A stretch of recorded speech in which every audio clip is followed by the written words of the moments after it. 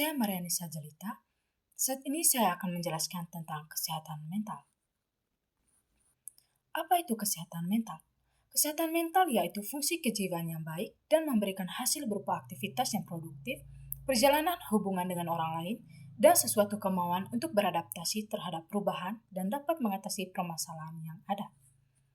Kesehatan mental adalah kondisi kesejahteraan psikologis, emosional, dan sosial yang mempengaruhi cara seseorang berpikir, merasakan, dan bertingkah laku.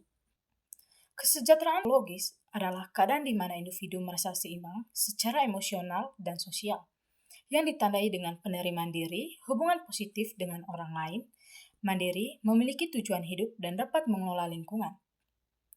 Kondisi emosional dalam kesehatan mental adalah kemampuan seseorang untuk mengenali, memahami, dan mengelola emosi, baik positif maupun negatif, serta mengekspresikan dengan cara yang sehat.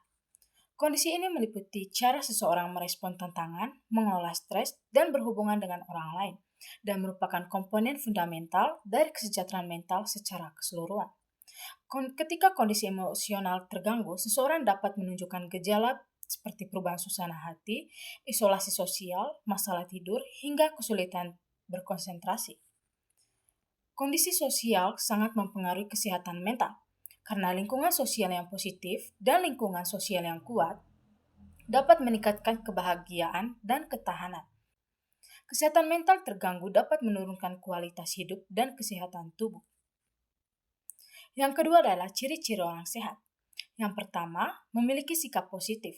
Memiliki sikap positif terhadap diri sendiri adalah komponen penting dari kesehatan mental yang baik. Pandangan hidup yang optimis membantu Anda mengatasi kesulitan mental seperti depresi, kecemasan, dan stres.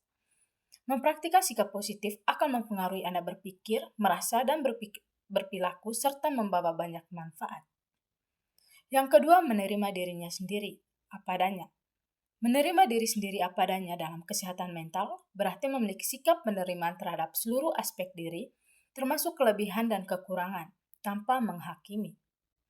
Ini adalah kondisi di mana seseorang merasa puas dengan dirinya sendiri, mampu menghadapi kenyataan hidup dan melihat kegagalan sebagai bagian dari proses belajar, bukan sebagai alasan untuk tidak menghargai diri sendiri. Ini mencakup mengenali potensi diri, menghargai pencapaian dan kegagalan, serta tidak terus-menerus menyalahkan diri sendiri atas kesalahan di masa lalu. Yang ketiga, mengaktualisasikan dirinya.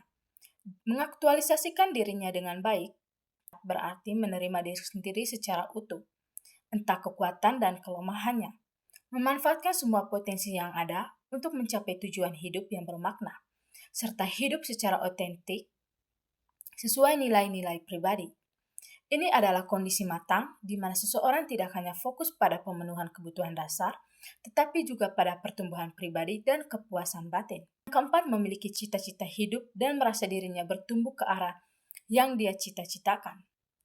Berarti seorang memiliki tujuan dan makna dalam hidupnya yang berkontribusi pada kesejahteraan psikologis yang lebih baik.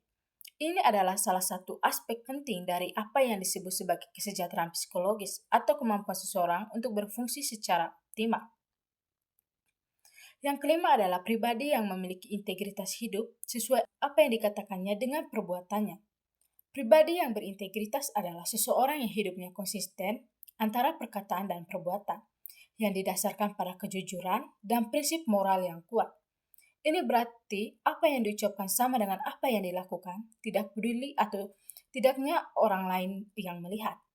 Orang tersebut tidak akan mengkompromikan nilai-nilai moralnya demi keuntungan sesaat dan akan selalu berusaha untuk bertindak jujur, adil, dan bertanggung jawab dalam segala situasi. Yang keenam, memiliki otonomi pribadi, mampu menerima penolakan dari luar, serta orang yang memiliki komitmen hidup. Otonomi pribadi adalah kemampuan seseorang untuk mengatur diri sendiri, mengambil keputusan, dan bertindak berdasarkan nilai-nilai, alasan, dan keinginannya sendiri. Ini berarti Anda tidak mudah dikendalikan atau dipengaruhi secara berlebihan oleh tekanan eksternal. Yang ketujuh, tidak menyangkal hal-hal buruk yang terjadi di masa lalunya dan masa kini terakhir. Tidak menyangkal hal-hal buruk yang terjadi di masa lalu dan masa kini berarti bersikap jujur dan mengakui kenyataan, bukan lari dari masalah. Ini adalah penting dari pertumbuhan pribadi dan pemulihan, baik bagi diri sendiri maupun bagi orang lain yang tak mungkin terkena dampaknya. Yang kedelapan adalah memiliki penguasaan terhadap situasi, termasuk mempunyai kontrol diri di dalam mengasihi orang lain, di dalam pekerjaan, termasuk dalam bersahabat dengan orang lain. Berikutnya akan kita bahas adalah stres. Stres diakibatkan oleh beberapa hal. Yang pertama, merasa cemas dan khawatir berlebihan dalam menghadapi masalah. Merasa cemas dan khawatir berlebihan dalam menghadapi masalah adalah kondisi mental yang ditandai dengan perasaan khawatir, takut atau tegang yang intens, tidak terkendali, dan berkepanjangan, yang bisa mengganggu aktivitas sehari-hari bahkan tanpa alasan yang jelas. Yang kedua adalah perubahan nyata dalam pola tidur atau pola makan. Stres dapat mengubah pola tidur dan makan secara signifikan, menyebabkan gangguan tidur seperti sulit tidur atau tidur tidak teratur dan perubahan nafsu makan yang bisa meningkat atau menurun drastis. Yang ketiga adalah mudah tersinggung atau marah oleh sebab sepele. Yang keempat, sulit konsentrasi atau sulit membuat keputusan.